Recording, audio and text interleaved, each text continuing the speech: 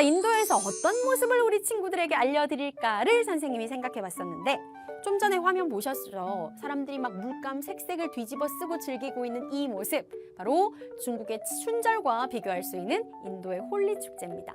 인도는 우리와 같은 유교 문화권이 아니기 때문에 설날 같은 풍습은 없는데 대신에 어쨌든 새해를 기념하는 행사가 있어요.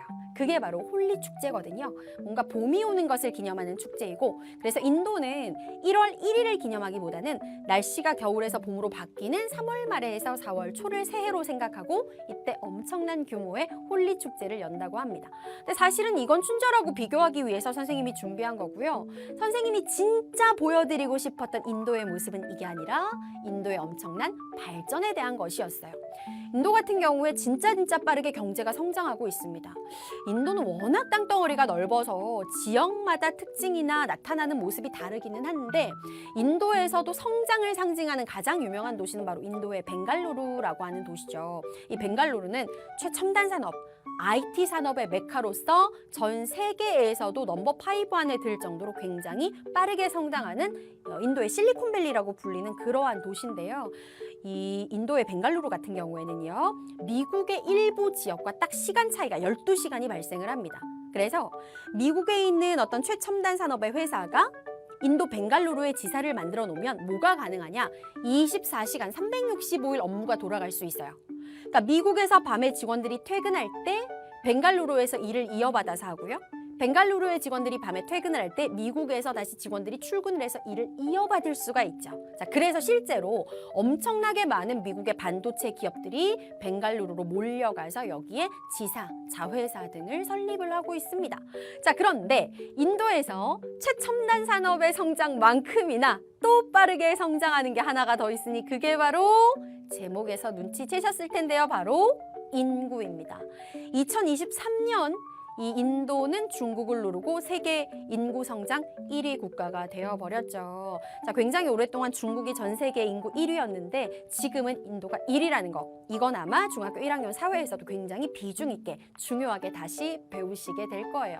자, 그렇다면 인도는 경제도 성장하고 인구도 성장하고 이렇게 화려한 모습만 있는 것이냐? 그렇지 않습니다. 인도가 진정 세계 최강국으로 떠오르기 위해서 극복해야 될 숙제가 하나 있는데 그 숙제가 바로 무엇이냐? 인도의 극심한 빈부격차예요. 지금 화면이 빨리 넘어가서 우리 친구들이 보셨는지 모르겠어요. 선생님 뒤쪽으로 굉장히 화려한 집의 내부가 나고 어마어마한 규모의 건축물이 나왔습니다. 혹시 못 봤을 친구들을 위해서 선생님이 다시 한번 돌아가서 보여드릴게요. 자, 짜잔! 어마어마한 건축물 보셨죠?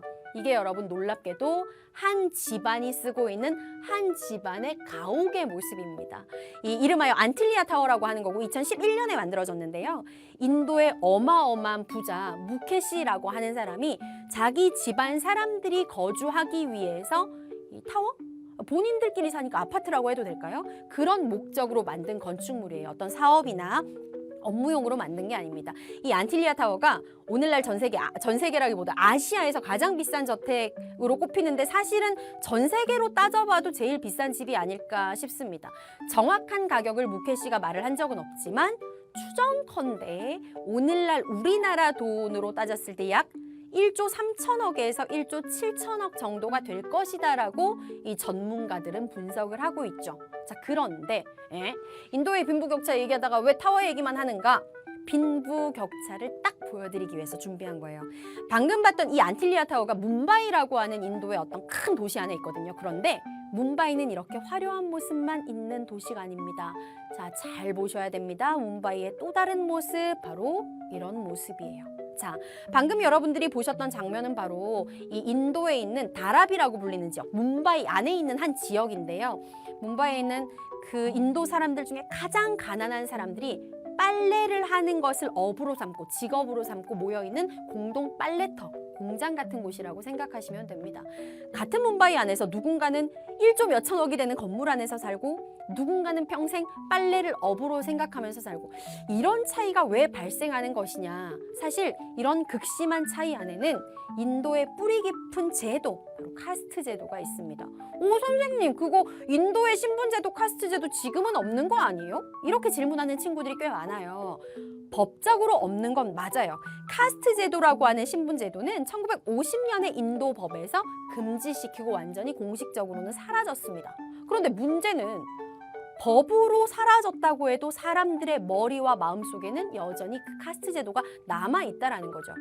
카스트 제도 안에서는요, 사람을 브라만, 크샤트리아, 바이샤, 수드라로 나눕니다. 그래서 서로 신분이 다른 사람들끼리는 사회생활도 같이 하지 못했고 뭐 결혼은 당연히 말도 할 수 없고 이렇게 사람을 차별을 했던 제도인데 이게 마음속에 남아있는 거죠.